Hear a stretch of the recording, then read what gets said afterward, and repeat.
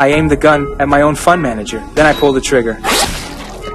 After that, I shifted the muzzle and aimed at the white-collar workers inside the office building. These financial elites had been draining ordinary people's wallets for years. I stuffed the grenades into my pocket, poured gasoline over my backpack, and set all the evidence on fire. I walked through the crowd, put on a mask, and headed straight toward that financial tower.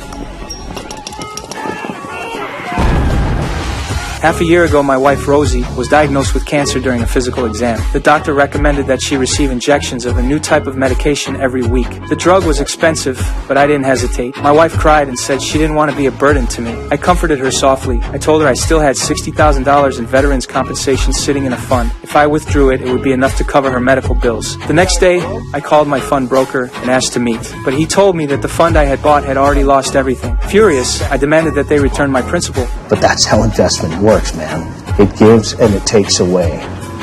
A few days later, I received an email from the broker. Somehow, I now owed the bank $100,000. I found a financial lawyer. The lawyer assured me that he could help me get that $100,000 debt wiped out, but I had to pay $10,000 in legal fees first. I simply couldn't come up with that kind of money. After my close friends found out, they pooled together what little savings they had and gave it to me. But after I handed the money to the lawyer, he suggested that I settle with the other side and have the debt and interest waived. Otherwise, I would have to spend time taking them to court. I didn't know what choice to make. Because of my financial situation, the bank rejected my medical loan. When I finally decided to accept the settlement offer, I couldn't get through to the lawyer on the phone. The medical bills kept rising. The bills pressed down on me until I could barely breathe. My wife could only cry in silence. A few days later, the collection notice arrived. Because of that $100,000 debt, the bank was going to forcibly take our house. In a panic, I called the lawyer again, but he told me that the company had already completed its bankruptcy proceedings. I no longer even had the chance to sue them. It's all my fault.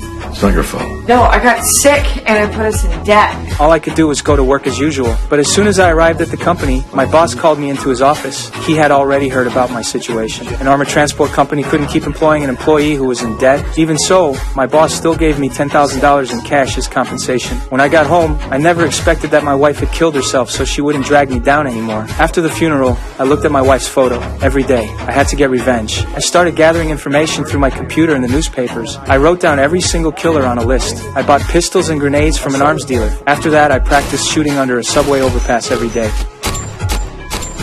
Soon, I chose the first target from my list. It was the vice chairman of that fund company. You asshole.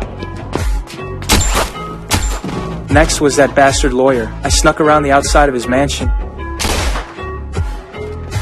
After that, several high-ranking Wall Street executives were shot and killed by a sniper. The incident quickly made the news. Not long after, I went back to the fund company to scout the area. I successfully found a sniper position. That was when I saw the fund